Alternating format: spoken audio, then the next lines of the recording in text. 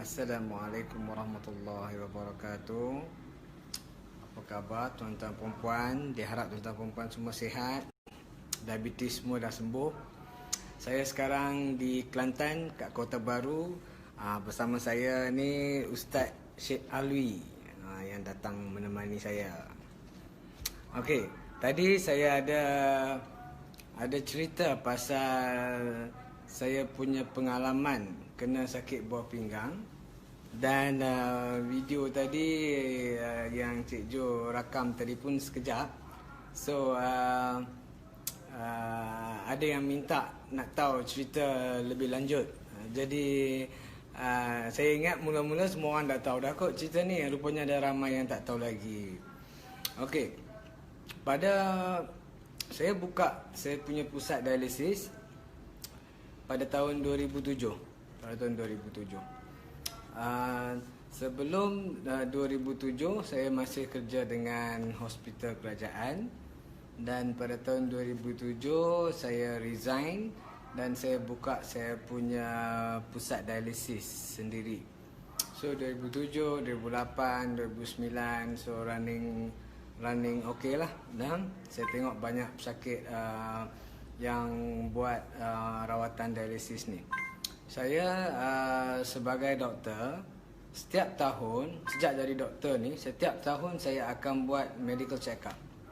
Saya akan buat medical check up. Saya cek saya punya darah untuk semua check up lah. Sebab seperti yang tuan-tuan perempuan tahu, sebagai doktor saya terdedah kepada macam-macam pesakit. Kadang-kadang bagi injection, tercucuk jarum, tak tahu orang tu ada HIV ke apa ke, kita tak tahu. Jadi memang tiap bulan saya buat, tiap tahun saya buat medical check up. Dan selama ni memang normal. Sampai tahun 2010 ada satu keputusan yang betul-betul memeranjatkan saya. Saya punya paras kreatinin tinggi. Normal kreatinin ni bawah 115 untuk lelaki. Untuk perempuan bawah daripada 100. Jadi saya punya 144. 144 maksudnya buah pinggang saya dah ada sedikit kerosakan. Dan pada mulanya saya tak percaya. Saya ingat mungkin ada lab error.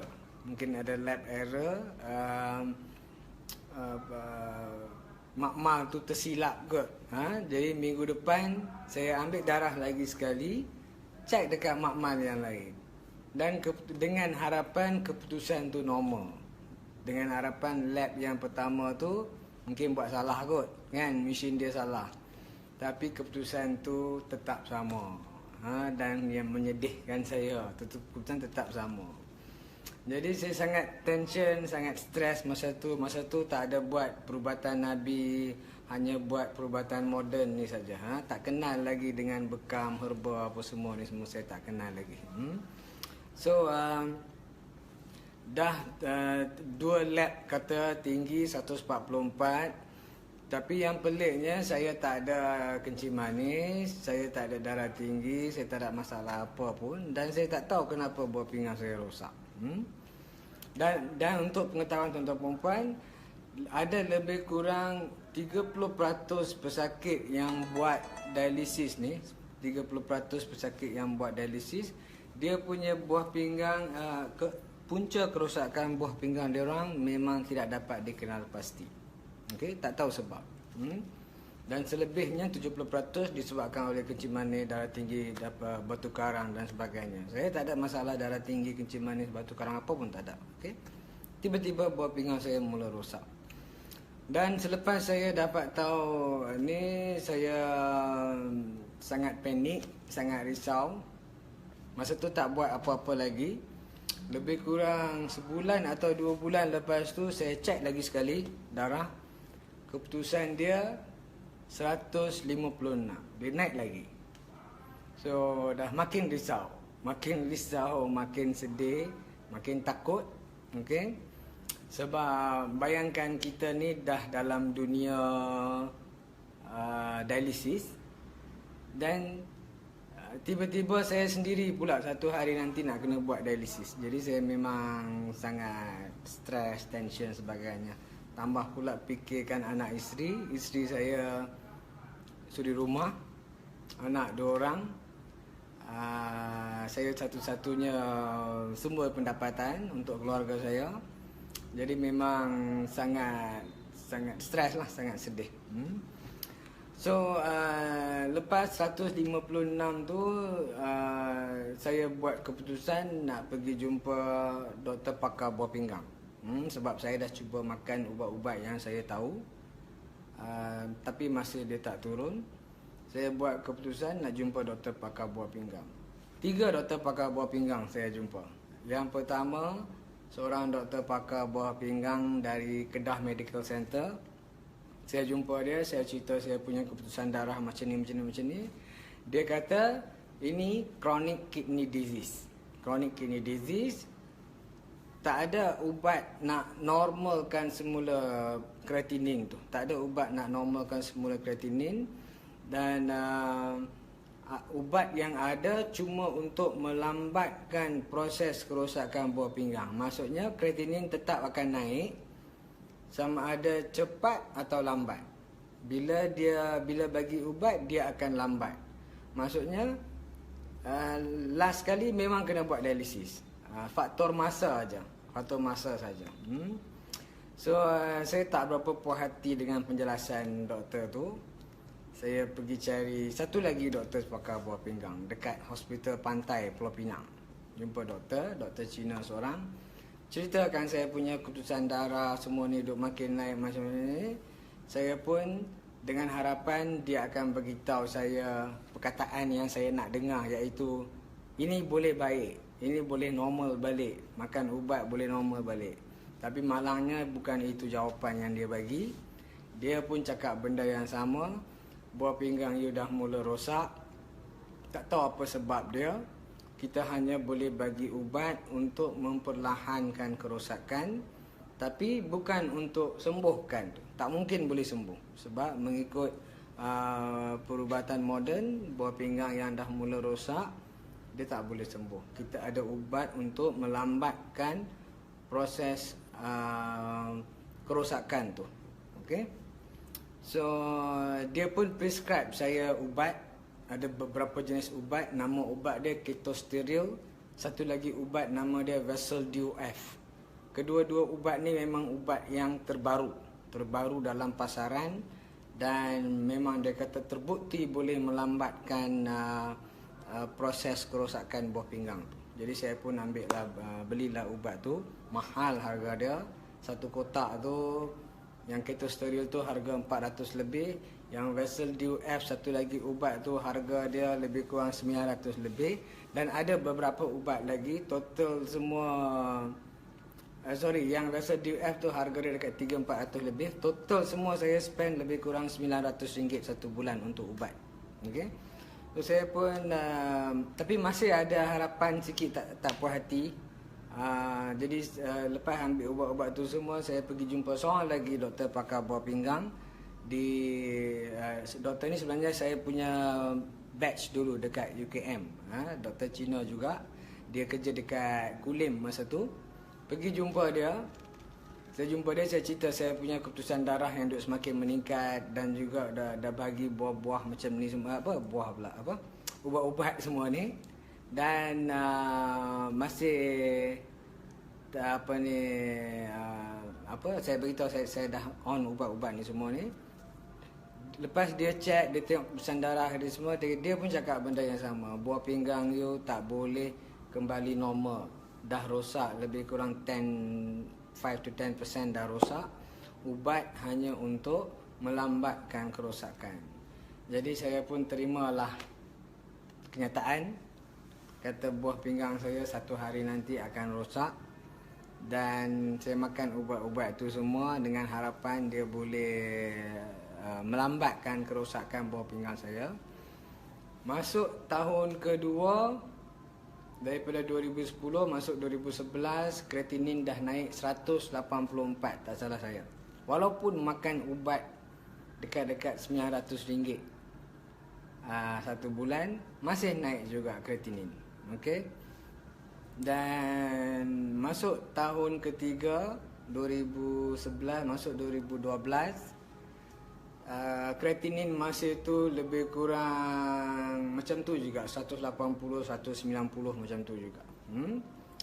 So risau, semakin risau, fikirkan anak, isteri, dan saya buat pengiraan. 1 tahun dia naik lebih kurang 100. Jadi untuk sampai 600 kena buat ni. 600 kena buat cuci buah pinggang. Okey. Kalau dah mula cuci buah pinggang, kena cuci buah pinggang sepanjang hayat. Jadi saya pun kira-kira saya cakap dengan isteri saya, mungkin dalam masa 4-5 tahun lagi kena buat ni lah kot, kena buat cuci buah pinggang. Kalau dah start cuci buah pinggang, saya agak-agak saya punya jangka hayat mungkin lebih kurang 9 hingga 10 tahun kot, ataupun mungkin awal lagi. Dan macam-macam lah discuss dengan isteri, make sure you jaga anak elok-elok, lepas saya tak ada nanti, macam-macam lah dia fikir, nak tulis wasiat lah apalah. Tapi dalam masa yang sama 3 tahun tu saya tak putus asa. Kebetulan tahun 2013 saya pergi umrah. Berdoa betul-betul sepanjang 14 hari duduk di tanah suci, berdoa betul-betul depan Kaabah. Saya minta dekat Allah sembuhkan saya punya sakit buah pinggang ni. Dan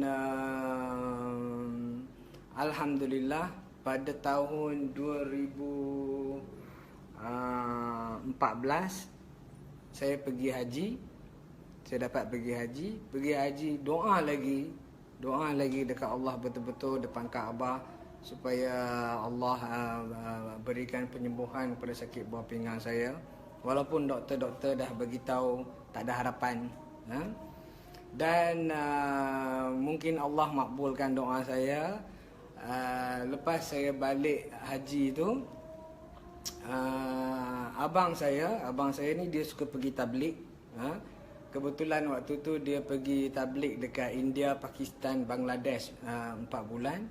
Waktu dekat Pakistan, dia beli satu buku tentang bekam. Sebelum waktu ni saya tak percaya tentang bekam, perubatan Nabi, herba semua saya percaya. Saya memang penyokong kuat perubatan moden. Pesakit yang datang dekat hospital yang beritahu makan herba semua, saya akan nasihat jangan, benda-benda tu semua tak ada bukti, jangan buat. Saya akan nasihat macam tu. So sekarang ni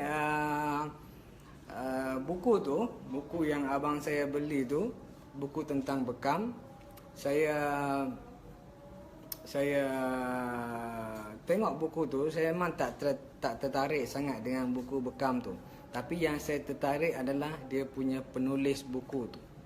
Penulis buku tu seorang doktor pakar perubatan, dekan fakulti perubatan di universiti di Karachi, dan juga lulusan dari London.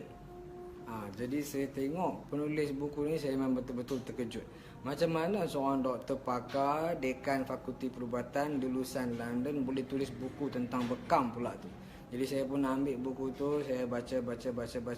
Dia punya penjelasan semua dia tulis buku, penyakit-penyakit semua dalam bahasa perubatan dia tulis.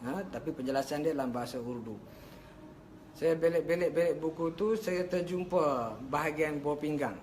Dia kata chronic kidney disease, buat bekam di tempat-tempat macam ni, dia kata boleh turunkan paras kreatinin. Jadi saya sangat-sangat teruja. Masa tu tak tahu pasal bekam semua. Saya pergi belajar bekam melalui YouTube. Saya tunjuk kat isteri saya, belajar dengan isteri saya sekali. Dan juga saya pergi cari peralatan bekam semua. Saya suruh isteri saya buat bekam dekat saya. Betul-betul ikut point yang dalam buku tu. Bila saya buat bekam, bekam dah buat, isteri saya dah buat dah. Lepas 3 hari, Masa buat bekam tu kreatinin saya 284 kalau tak salah saya. 284. ataupun 200 lebih lah, 200 lebih, antara 220 ke 30 sampai 284. Memang macam tu. Lepas buat bekam, lepas 3 hari saya pergi cek saya punya darah, nak tahu saya punya kreatinin, dan keputusan betul-betul memeranjatkan saya. Kreatinin saya 136. Daripada 280 lebih, turun 136. Dan itu titik permulaan saya dah mula syak. Ada sesuatu yang tak kena dengan perubatan moden yang sedang saya praktikkan sekarang ni. So daripada situlah saya mula banyakkan pembacaan, beli buku-buku tentang bekam, dan saya jumpa banyak laman web tentang bagaimana doktor-doktor di Pakistan, di Arab Saudi, di India menggunakan herba, menggunakan modifikasi diet dan juga gunakan bekam untuk rawat pesakit mereka. Dan saya juga gunakan kaedah ni, ubah diet, ubah pemakanan dan juga bekam untuk mak saya. Mak saya dah 40 tahun kena kencing manis. Susah nak kawal, macam-macam ubat paling mahal saya dah beli dah, yang terbaik dah. Untuk mak saya spend dekat-dekat RM500 beli insulin pen yang paling canggih sekali, yang paling mahal sekali, masih tak turun. Bila saya ubah diet mak saya, buat bekam dekat dia, makan herba yang saya ni, gula dia yang tak pernah turun bawah 15 sepanjang 40 tahun tu, minggu pertama bacaan gula dia 6.7. Tak pernah dapat bawah 10. Memang terkejut. Dan ini lagi menambahkan saya punya was-was tentang perubatan moden yang saya sedang praktikkan. Kalau betul bekam tu sangat efektif untuk normalkan balik fungsi buah pinggang, kenapa tidak diajar kepada doktor-doktor moden? So banyaklah saya jumpa dalam buku, dekat internet, macam mana syarikat-syarikat ubat ni dia tidak highlightkan kes-kes tentang kesembuhan kencing manis, tentang bekam. Ada 600 kajian orang dah buat tentang bekam, dan kajian tu telah diterbitkan di jurnal perubatan, tetapi tidak di-highlightkan kepada doktor. So nampak macam ada satu grup ni yang tak nak pesakit sembuh dan nak pesakit sentiasa dalam keadaan penyakit dan sentiasa makan ubat. Okey. Jadi itu titik permulaan. Saya sangat seronok, sangat gembira buah pinggang saya dah normal. Saya sangat seronok buat kencing manis mak saya dah normal. Dan saya rasa saya tak boleh berhenti takat ni. Saya perlu cerita dekat semua orang, dan saya nak orang lain pun yang sedih dan yang takut macam saya kena penyakit, saya nak dia orang pun gembira, dapat kesembuhan penyakit, gembira macam saya gembira. Okay? Itu niat saya. So inilah perkongsian saya tentang macam mana saya kena sakit buah pinggang secara ringkas. Harap perkongsian ini dapat memberi sedikit motivasi tentang tuan-tuan perempuan, kepada tuan-tuan perempuan, dan juga memberi keyakinan kepada tuan-tuan perempuan perubatan yang dibawa oleh Nabi Muhammad SAW. Itu perubatan yang terbaik sekali. Okey. InsyaAllah kita jumpa lagi di live akan datang. Terima kasih kerana menonton. Assalamualaikum warahmatullahi wabarakatuh.